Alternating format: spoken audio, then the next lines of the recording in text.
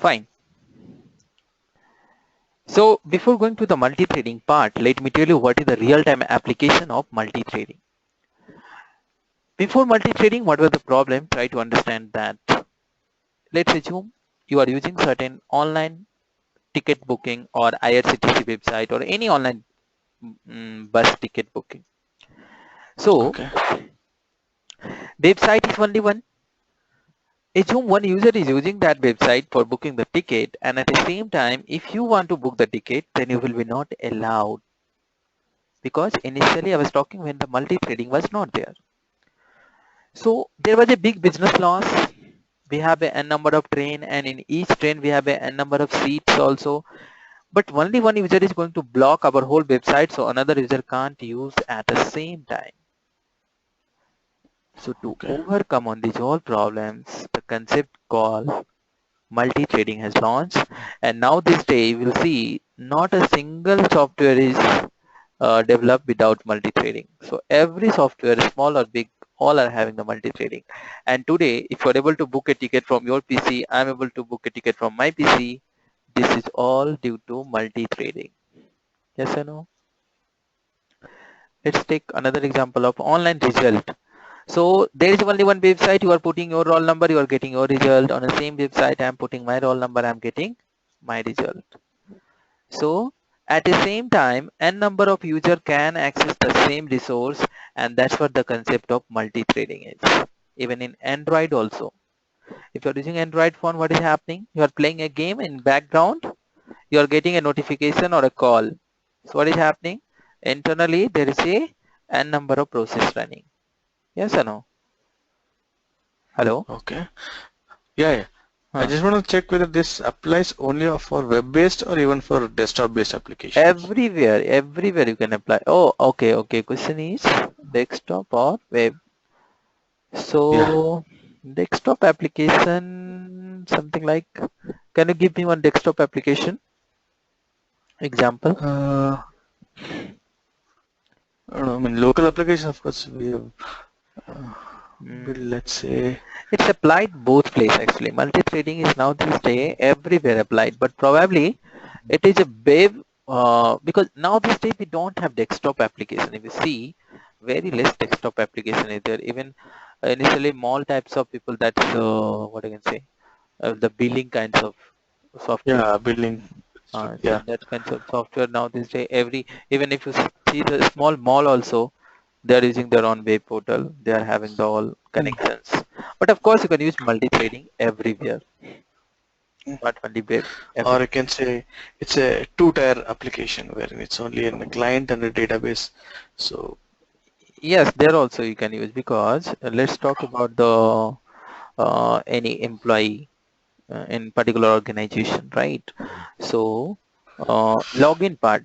If you log in particular local server, then what is happening? hmm Uh, at the same time, every user is using the same login page. You are also, I'm also everywhere. So what is happening? The same server is authenticating the all users. It's not like that you are login first, then I have to log in like this way. So of course there is Okay. also a use for multi-threading. Fine. Okay. Yeah. Now, before going to multi-threading, we have one word called multitasking. Let's understand the word called multitasking. Then it will be easy to understand the multi-threading. Do you remember the multitasking meaning? What is the meaning of multitasking? Yeah, I mean, a single Yes, at the same thread time, can do whoever is multiple performing the processes. more than one task at the same time is known as Yeah. multitasking. Yes or no? Like Task. your Windows operating system.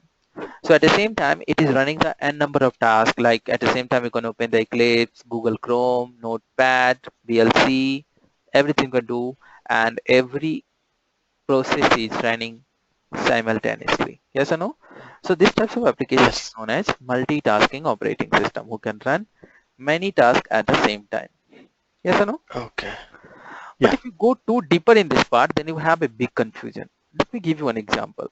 Assume in the same batch, if I have a n number of a student, let's say 5 student is there. Is it possible for me to communicate with each student at the same time? Communication in the sense two-way communication. Is it possible? No. It's not No. possible. I can speak, people can hear, but if I'm talking about communication, then it is not possible for me to communicate with each student at the same time. Yes or no? That's true. So when I learned this multitasking, then I was having a big confusion like how it's working internally in the operating system, because we have only one processor. How many processors we have in every operating system? Only one CPU. Yes or no? Processor in the sense That's true. CPU, central processor unit. We have only one CPU, and how this single CPU is able to execute the all running task at the same time. That was a big confusion for me. It's not a supercomputer. So if it is a supercomputer, it's having the multiple CPU, and each CPU is executing the each task parallelly.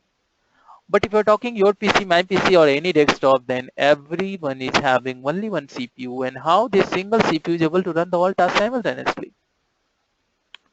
And if you go deeper, then you will understand the certain things. Before going to this part, let me ask you one question.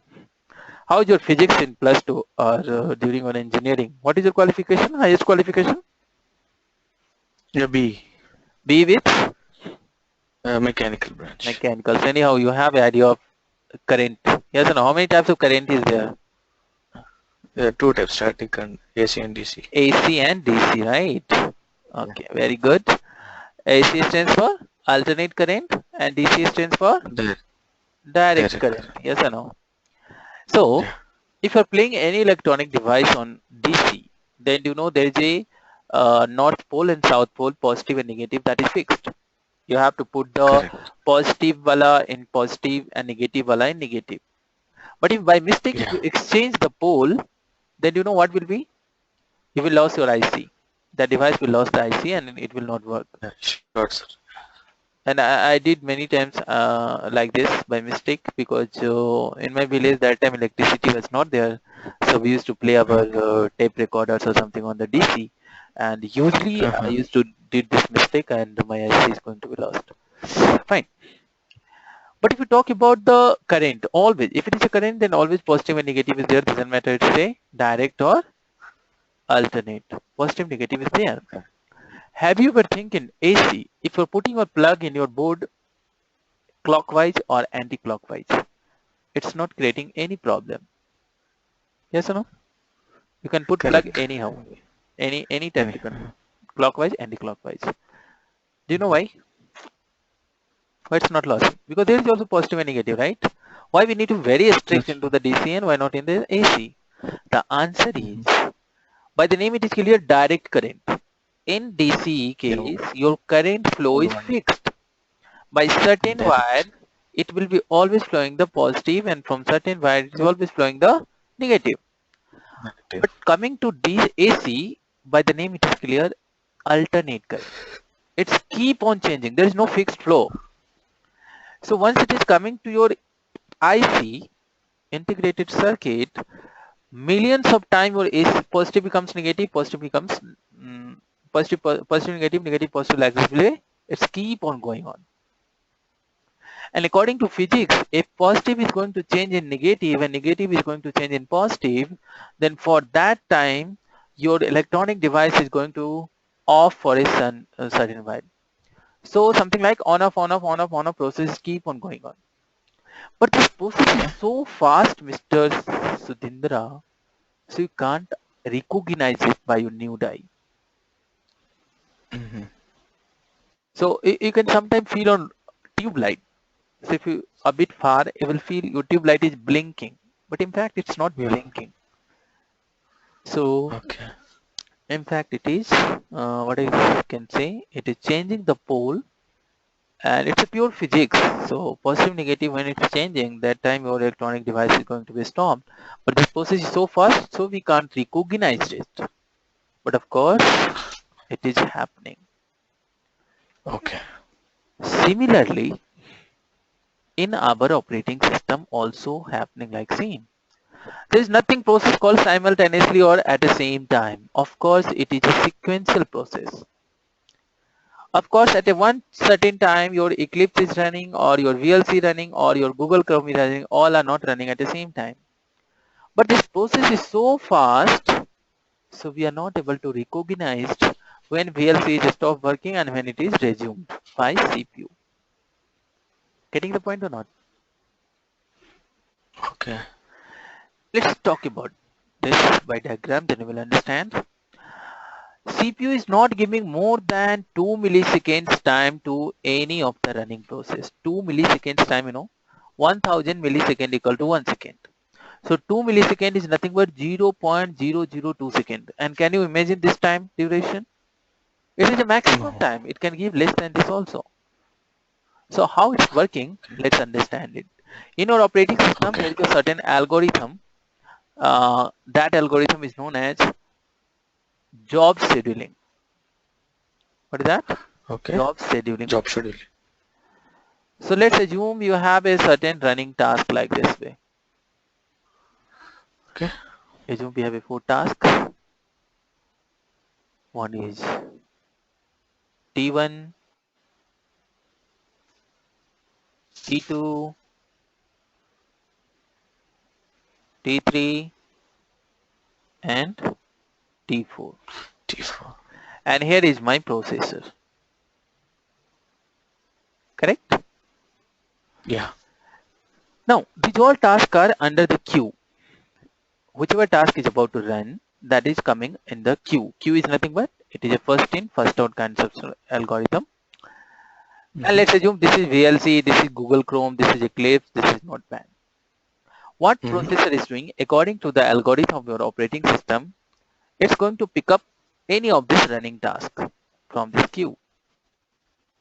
So we have a lots of algorithm like first in, first out, shortest job first, round robin, priority. These are the algorithm we have in our operating system. Assume CPU has given 2 milliseconds time or less than 2 milliseconds time to this T1 task. And it has not finished their execution. Then what will be? Within these 2 milliseconds, whatever task it has executed, it will do, and again it will come and maintain the queue like this way. It will be coming in the back and it will maintain their task. Again, CPU will what will do? It will pick up the any another running task from the queue. Let's say again, he has given the 2 milliseconds time to this or less than, but this T2 has finished their execution, so it will be out of the queue now. Okay. Again, So it will give the time to the T3, and again T3 has not completed, so again it will maintain the queue. So this process will be continue until the all task is not finished their execution, and this process is known as round robin. What do you say? Round robin. So if you are more interested in this part, you can refer the operating system tutorial and you can understand how job scheduling part is working. But it's very important to understand this, how multitasking is working, because our complete concept is dependent on this. So you need to understand this. Okay? So multitasking is, we used to say simultaneous because it's a very small duration, but in fact internally it is not simultaneous, it is sequential. Fine? Sequential, okay. Now this multitasking is divided into two parts, that is multi-processing and multi-threading. Multi-processing is one of the operating system parts, so we are not going to discuss that because it's not a part of Java. Even I am not knowing very much in this part. It is a operating system developer part, but multi-threading is our part, that is a Java part. We will need to discuss about this. One more point you need to remember about this is multi-processing is a heavyweight process, but multi-threading is a lightweight process. What is the meaning of this one? Try to understand this also. So according to technical word, each and every task which is running is known as process. What we used to say? Process. Each process is, each running task is a process. And inside one process, we have a small blocks. And this all small blocks is known as thread. What do you used to say? This is nothing but your thread. Inside one task, one running process, there is a n number of small blocks that is known as thread. And let's assume another process is here, that is P1 and this is P2. Now let's say this is running in the C drive and this is running in the D drive. So here CPU is finding difficulties to switch from one task to another task. That is the reason it is known as heavyweight process. So whenever your one process is running in another location, another process is running in another location. So in that case, your CPU is finding difficulties to shifting from one running task to another running task. That's the reason it is known as heavyweight process. But under same process, we have a small blocks, and here CPU is not finding difficulties to switch from one block to another block. That is the reason it is known as lightweight process. Okay. Clear? Okay. So let's talk about this Eclipse itself. So I told you Eclipse is one of the process. Now under Eclipse, if you'll see how many blocks are there. See, file, under file, new, under new. Can you see how many small blocks are there? Resolve functionality Okay. is one of the process or one of the blocks of this process. Yes or no? So this Yes. is called multi-threading concept. So forget about multiprocessing. You need to understand the multi-threading concept. We are defining the multi-threading like this way. Thread is a single sequential flow of control within a program.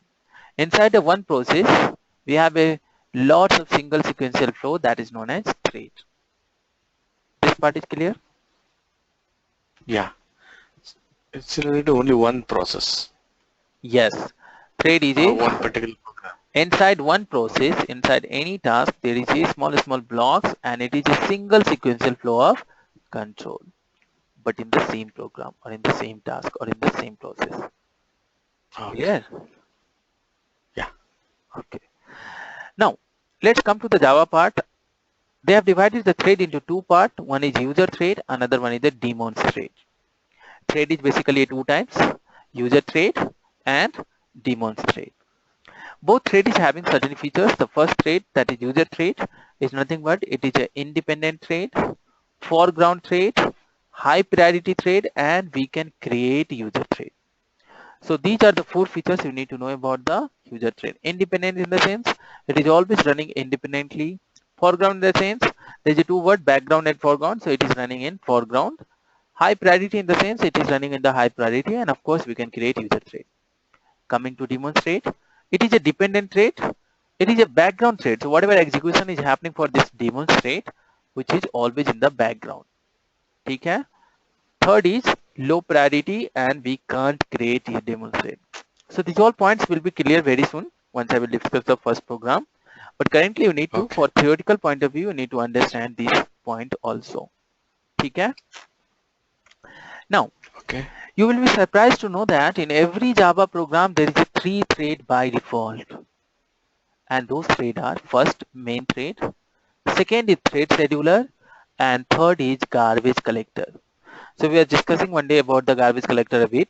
Whenever your object is going to be nullified, it becomes null or which is no more required, then garbage collector is coming and it is removing from the memory. That's the reason we don't have destructor concept here. That's called auto memory management of Java. So how your Okay. object is going to be removed from the memory, that you can't see because it is in background. Why it is in background? Because it is a demonstrate. So these two threads are demonstrate. So whatever execution is happening for these two threads you can't see, but whatever output you are getting, that all due to this main thread. Why? Because it is a user thread, and user thread is always a foreground thread. Clear? Okay. Have you ever noticed or not, while discussing about the exception handling, whenever I used to get exception, let's run the first program a.java and see the output. What is the meaning of this one? Have you noticed that? Okay. Main thread. Yes, Okay. exception in thread main. Why? Because I told you this thread is by default available. Whatever output you are getting due to this thread only. So whatever exception is occurring due to this main thread only. It's in main thread. Okay. Yes or no? So now you understand what is the meaning of this one? Whatever output we are getting in our console due to this main thread, and it is a only user thread which is running in foreground. These two threads are already there, but it is in background. Why it is background? Because it is a daemon thread. And I told you daemon thread is always in the background thread. Clear? Mm-hmm. Yeah. Very good. Now in Java you can create thread by two way. by extending the thread class or by implementing the runnable interface.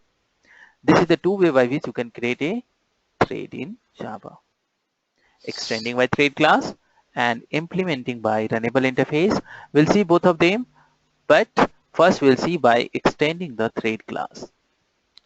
I want your 100% concentration to understand the thread program, because if you understand the first thread program, then it will be very easy for you to understand the remaining steps. And of course it is interesting and some not complex, it's easy. People used to say multi-threading is a very complex topic, but of course it is not. Just try to concentrate properly. Okay. Yeah. So the first program I'm going to show you, that is without thread. If thread was not there, then how it was happening? Very simple class. Can you see? We have one static void test method. And under this test method, I have one for loop which should be start from 0 and it will go till 2000. So once you call this test method, every time it is printing the I value. So it will print 0 to 1999. Yes or no? Yes. I'm calling the test method here because it is a static, so we don't need to create any object, because you know a static method can be called directly because internally there is a class name. Do you remember this part or you forgot actually? No, correct. Oh, good. Now, in the same main method also I kept the same for loop, which is starting from 2000 and it is going to print till 3000 to 999, and again here also I'm printing the I value.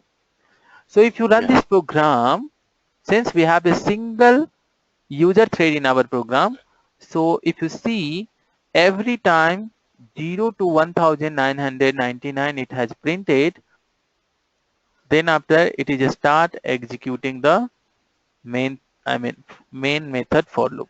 Can you see? Yeah. Because we have only one user thread, so it is a single thread program, you can say. If I run once again this program, then what will be the output? Same thing. Same output will be there. There is no change. If you run 100 times this program also, it will be giving you the same output. Now, what is my requirement here? I don't want to concentrate on first for loop. What I want, CPU have to pick up this test method as a thread. It have to give the 2 milliseconds timeout, less than that. Whatever execution is happening for this test, it's supposed to be continue, and after that, after 2 milliseconds time, it have to shift to the another for loop. So let's say first time it has executed 0 to 500. So after this time, CPU have to execute this for loop. Again, let's say it's executed 2000 to 2500. Again, CPU have to go there. So that round robin wala topic I explain you right now, no? So I want the output like that way. Current output is a sequential, but once I will get output like that way, then it is known as simultaneous output, and that will be considered as a multi-threading concept. Clear? So I'm going to develop one program for now, which will give me the simultaneous output. Correct? Sometime from this for loop, sometime from this for loop, according to the CPU time management. You can't predict the CPU timing. I told you maximum is 2 milliseconds time, but it might be that sometime less than that also. Okay? So we will create a first multi-threading program here, and it is very easy. You just need to concentrate properly. Okay? Yeah. So what I did, I created a very simple class with the name of B. Okay? As I told you, you can create thread by two ways. So first way is by extending the thread class. So meaning is very clear. Java people has already created one library class with the name of thread. Only things you have to extend the thread class like this way. It is a normal class, so you don't need to override any method. If it is abstract class, then you have to override their all unimplemented method. But it is a normal class, so only I have inherited the all features of thread class to B class. Clear? Yeah, so here you're not importing that particular. Because I'm not importing. If you're not importing and if you're not getting any error, the meaning is very clear. It is inside the lang package. So go to this thread class and check it out. It is inside the lang package, and you know very well, lang package is a default package. Yes or no? Package. Yes. Very good question. Now, inside this thread class, we have one run method. So what I did, same run method I have write into the B class also. Can you guess what is the concept called? Whenever we have the same method in super class and same method in child class. This concept is known as Method overriding. method overriding. Very good. So what I did, I have overridden the thread class method into my B class. Okay. And Okay. whatever task you want to execute, that task you have to give inside the run method. I'm not going to give any another task. I have given the only same for loop for execution of this run method. Okay. Clear? So what I did, first step, extend with the thread class. Second step, override the run method and give the whatever task you want to give to that particular run method. Fine. Yeah. As usual, to run any Java program, you require main method, so you must have to give the main method.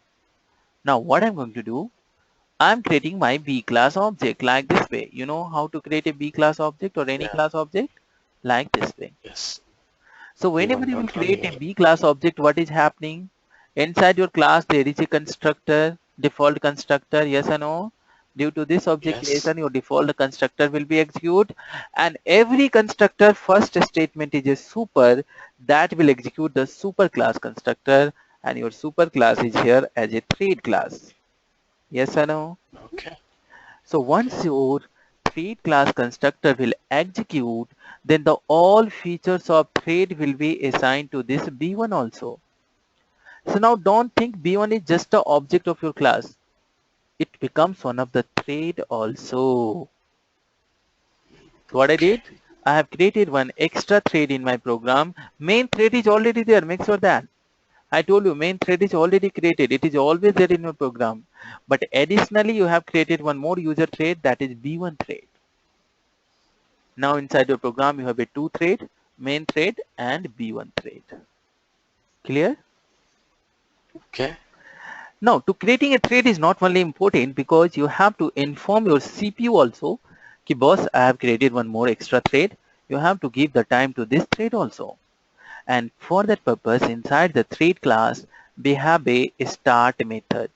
What is the method name? Start method. You have to call this start method. A start method will do two works for you. What is the first work? First work is registering this thread with the thread scheduler. So what this thread scheduler will do, it will tell to the CPU ki boss, now new thread is there, you have to give the time to this B1 thread also. If you not call a start method, then it will be not registered, it will not come in queue, whatever I shown you. So it will not in queue, then CPU will not give time to this B1 thread. So that's the reason we call the start method. Internally, the thread scheduler will come in picture, which I shown you right now. Internally, there is a to demonstrate. Thread scheduler will pick up your thread and it will register your thread with the CPU. That is your central processor unit. Yes or no? Hello? Okay. Yeah. Getting it. Are you getting or I'm going fast? Are you getting the concept? This start, yeah. So once you click on this start, what happens? That's one second. So I'm saying a start method is doing two work. First is registering your thread with the thread scheduler. So I shown you, see, there was a processor. Processor have to know how many tasks he has and how many thread he have to execute. So run main method is main thread is already there. Processor is knowing very well about the main method, main thread. Correct. But this is your user defined thread that CPU is not aware. Your processor is not aware about this thread.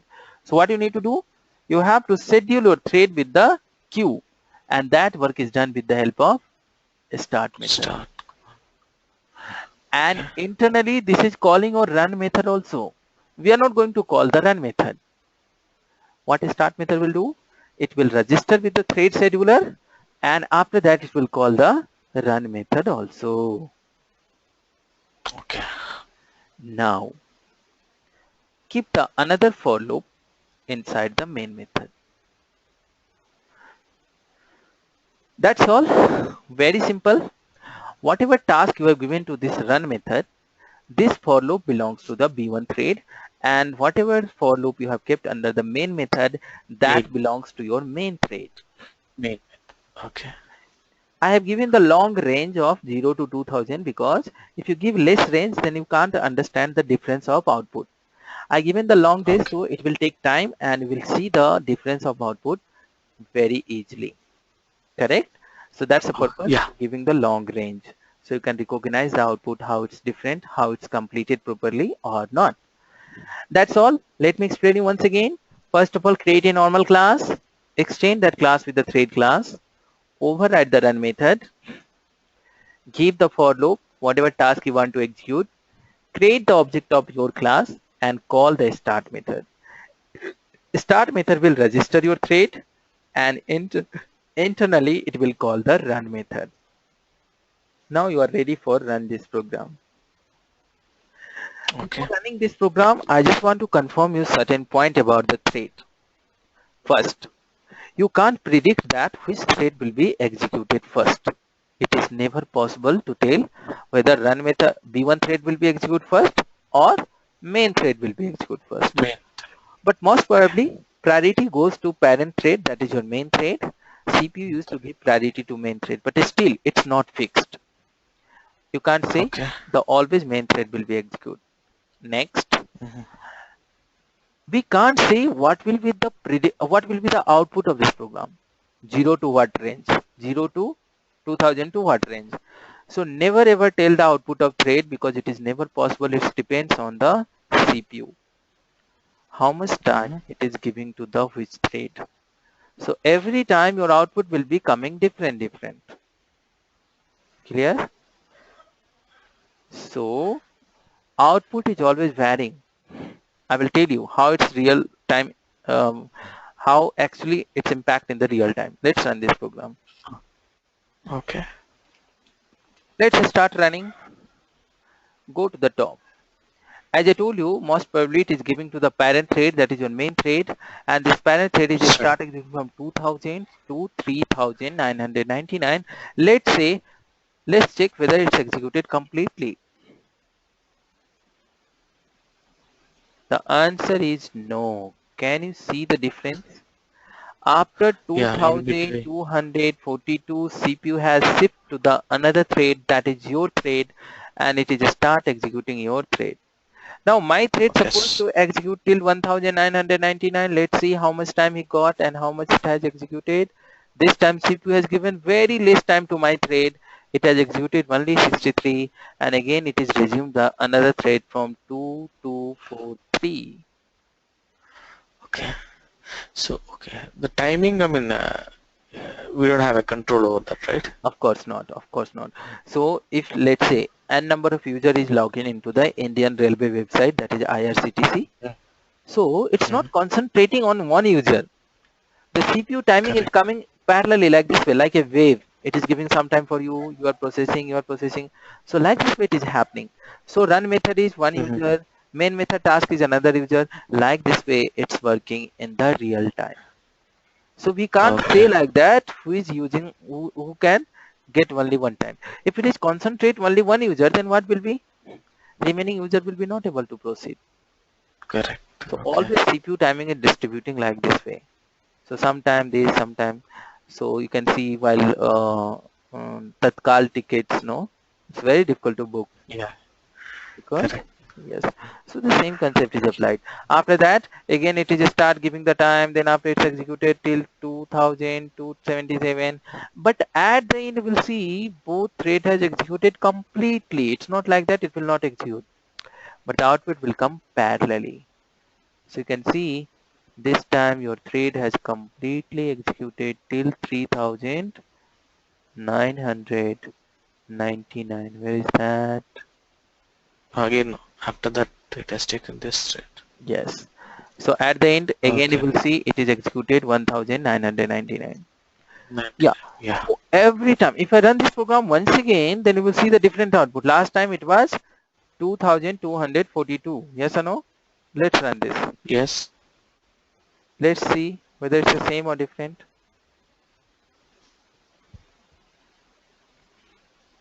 Okay. So, okay, This here time. we can capture the total duration it has taken to execute.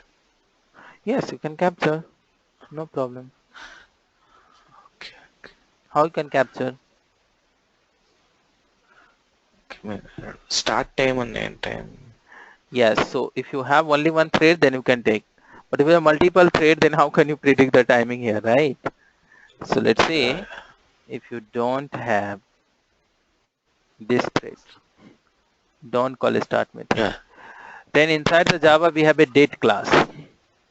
So just create the date class object here.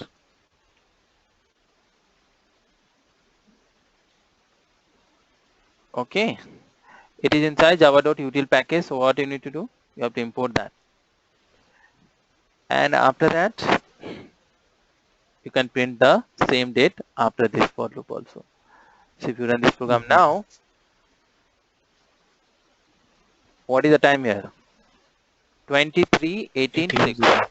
right? Yeah. 23:18:06. So it has executed within a second. Yeah. If you give more time,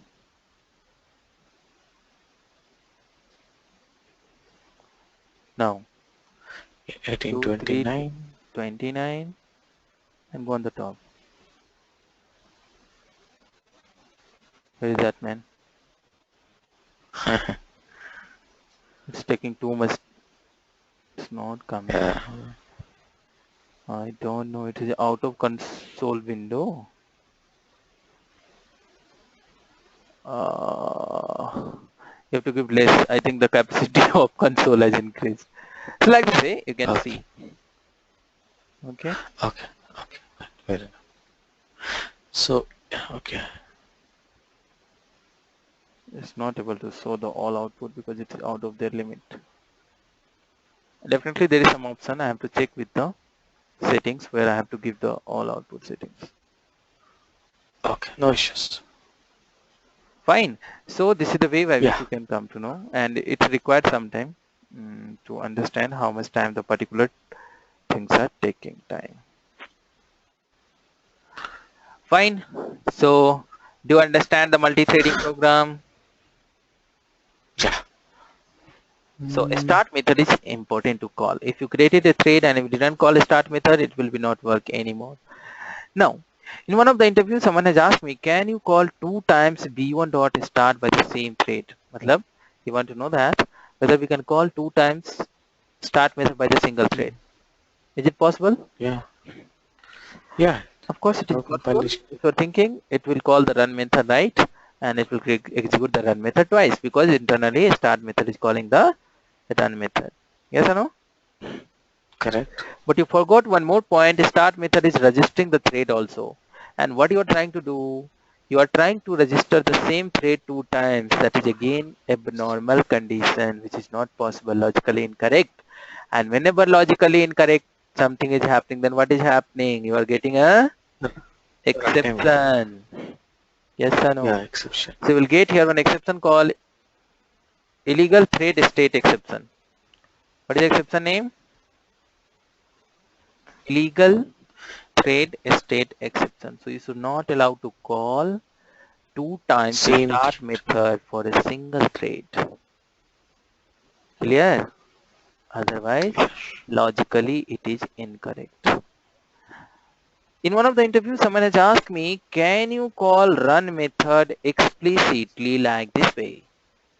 So far you didn't call the run method because the start method was calling. He asked me, can you call run method? You have to say, yes, we can call. It is just a user defined function for you, just like test method. But there will be no thread concept. Don't think like that. It will be running like a thread. Now main method task is this only. Whenever you call explicitly run method, that will be a task of your main thread. One time your Okay. run method will be called by start method. That time the thread concept is there. But now main method task is to execute these two. So you will be confused to see the output when the run method called by the B1 thread and when the run method called by your main thread. But again, you have to be very strong in this concept. Like run method we can call, but there is no thread concept. Don't think it is a thread concept. Just like the previous program, how you have called test method here. It was a task of No. main method. Similarly, here also it will work. One time run method will be called by the B1 thread and another time run method will be called by the main thread. Main thread. Okay. So this is a small enhancement in the concept that you need to remember. Clear? Yeah.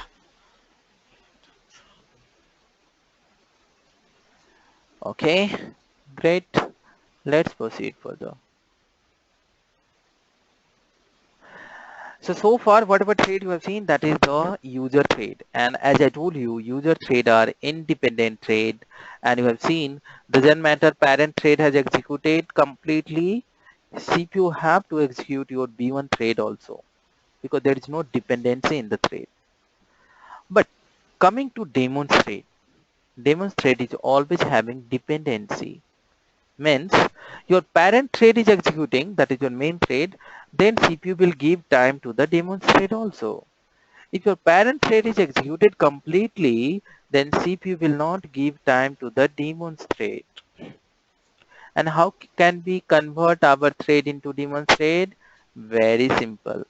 Everything is same. Only you have to call one method with the name of setDaemon, and you have to pass the parameter as a true. If you not call this method, then your C1 thread is a user thread. Once you call this setDaemon method, then your C1 thread becomes now daemon's thread, which is completely dependent now on your parent thread, that is your main thread.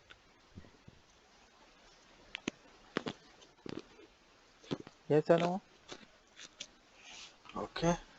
Now, if you see this concept now, I have given the very less range to the main thread, because I just want to show Mm. you, if parent thread executed very soon, then you will never going to get the complete output from the run method or C1 thread. Why? Because I told you it is a dependent on the parent. Yes or no?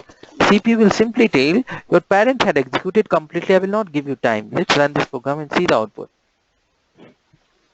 Can you see? It has given certain Okay. time. 19. This is your parent thread. It is executed Correct. completely. But in the flow, it has given some time to the this child thread also, but it is not completely executed. Can you see? Execute. Yeah, that's true. Sometime it will not give a bit time also. Let's run this. This time 54. This time 16. This time 500. But anyhow, complete execution will be not there. Okay. I just want to So, show you certain time here. Your parent thread is this time. See, only your parent thread is executed. It's not given a single milliseconds to execute. Why? Because it is a daemon thread, and daemon thread is always dependent on the parent thread. Do you understand the difference? so in what conditions it is being used? Even Very good because you call the question. Very process when it's intelligent. not doing any job. Now you could ask, you are asking like where in the real time daemon thread is coming in picture indirectly, right? What is the Yeah. uses of daemon thread? Okay. Now you are using Android phone, right? Yeah. You used to play online game or any game Yeah. on Android. No, no. Yeah, it's okay. Yeah. You are playing game or not? No, I don't. But yeah, I understand. I mean, people are, I see how they are playing and all. Why you are not playing, man? You should play, no? No. Anyway, so if you start playing game, no, you will see once you complete any level, then you will get one advertisement. So Yeah, you that's will get true. advertisement on your screen once you completed your level. If your net pack is there, then even in the Uh-huh. MX player also, many app is there now. This day they are giving the advertisement. So, Uh-huh. so inside that game there is a two thread. One is user thread that is running your game. Due to that you are able to play the game. And second thread is your demo thread, that is your advertisement thread. So what I want actually here, until user is playing game, let's Mm-hmm. advertisement should come. I don't mind. Once user has finished the game, they have quit the game, then what I want? Mm-hmm. Automatically advertisement should also stop. Yes or no? Yeah, that's true. So here I want the dependency. So main thread, that is game is running, then demonstrate, that is advertisement thread have to execute. Once user has quit the game, then I don't want advertisement thread should have to work. So Mm-hmm. if you don't have demonstrate, then what will be? Even though you quit the game, your advertisement thread will be keep on bringing the advertisement for you. Yes or no? That I don't want. Okay. I want the stop of execution of demonstrate once the main thread has finished their execution. Yes or no? Okay. This type of So scenario is this, you told advertisement. I mean, it may come or it may not come. So in that case. yes. No, anyhow, if you're playing a game, then definitely sometime it will give the time. You have seen here also, right? This time it has not given. But if you done this, then see, it's given some time or not. Again, it will start resuming the parent thread. If you give the long range to this parent thread, then definitely in the middle it will also get time, no? Here I have given very small time, that's the reason it's not executing further. But if you Oh, make it as a okay. 2000, then in the middle it will also give to the time to the demos thread also. So whenever he will get time, he will execute. But once the parent thread execution is done, then he will be not able to execute. CPU will not give the time to that thread. Clear? Okay. Yeah. So this is the demonstrate concept. Come to the D.Java. So you have seen if parent thread has executed completely, then CPU is not giving time to the demonstrate. Now assume I want to execute certain thread before the parent thread. In that case, you can call the join method. We have one method called join method. Sure.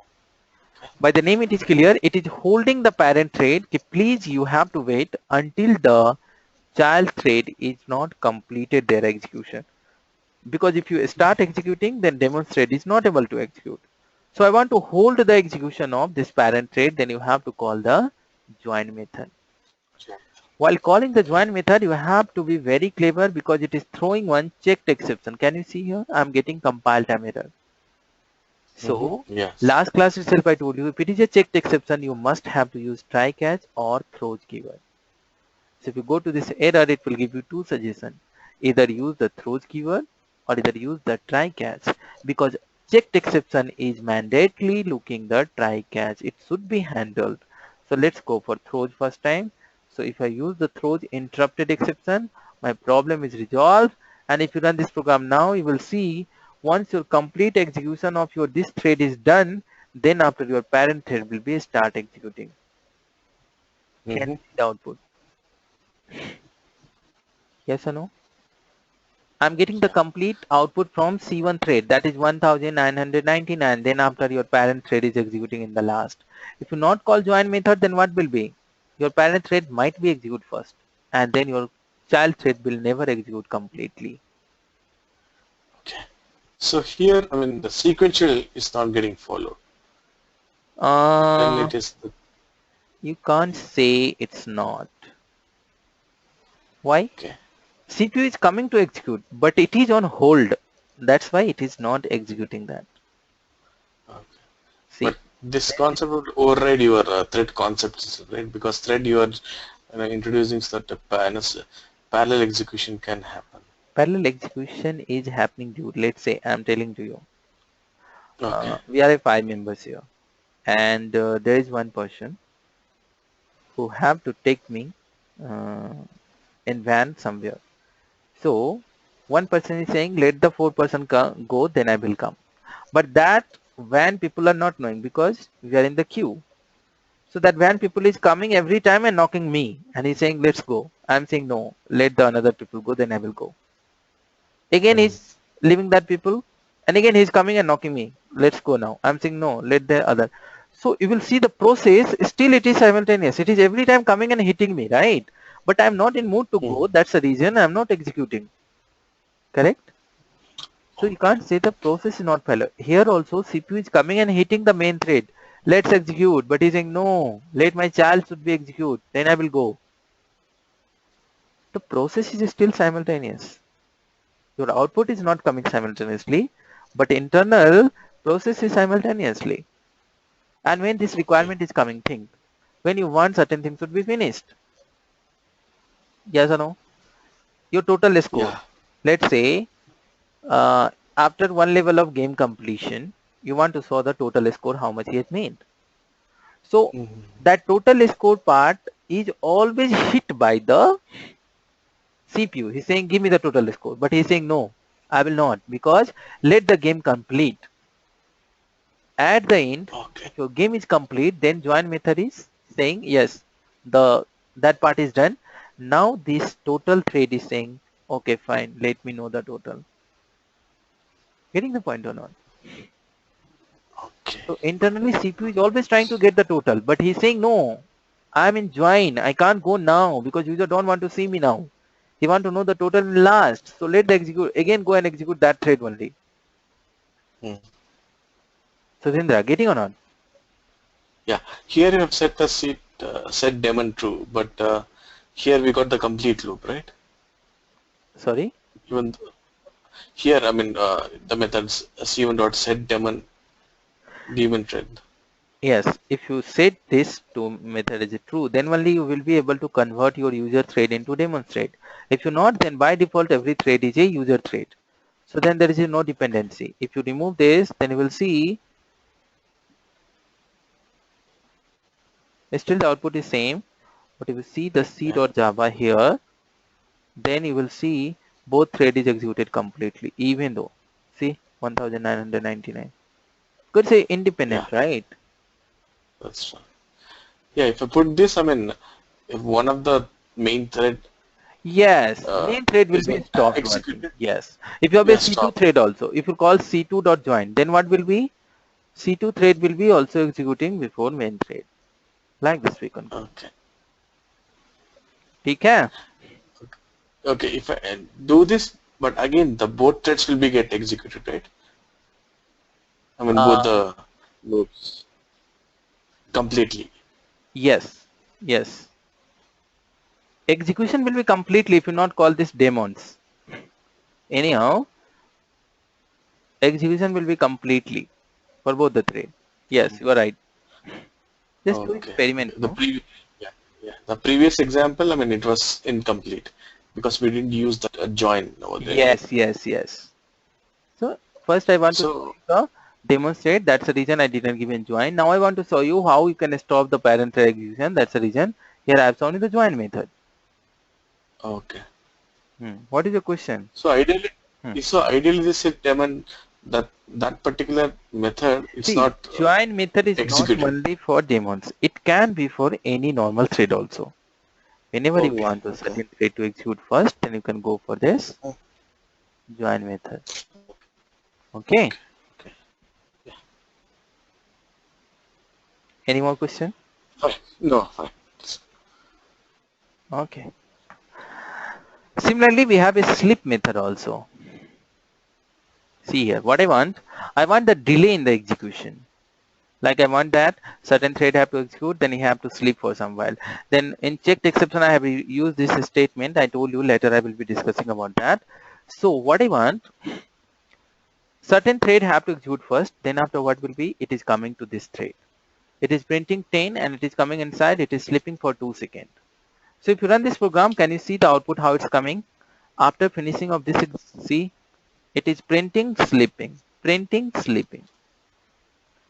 So if you use this thread.sleep, it is a millisecond time. I have given the 2000 milliseconds. So what I want, main thread have to always execute after 2-second delay. You have to take a delay. Yeah. Okay. That's what. So deliberately. Yes. Like your traffic light, you can see, no? Your green Mm, color is running, then red color is sleeping. Like this way. Fine. okay. So there's an infinite rule working like this way. Not exactly example, but of course you can make a delay in the execution like this way. Yes or no? Like your railway schedule. If you see the railway display, then it is always taking some time. Let the user read something. Then you can give the time accordingly so that the complete text will be read. Then the next slide will come. Okay. Even cricket scoreboards, websites. Yes, there also you can say yes. After some while, it is Okay. refreshing the page. So you can Mhm. go like this way. Fine. So these are the basic steps of thread you need to understand. Next class we'll see the thread properties, and then we'll see the life cycle of thread, and then we'll see the deadlock conditions. ठीक है? And Oh, synchronize keyword. Fine.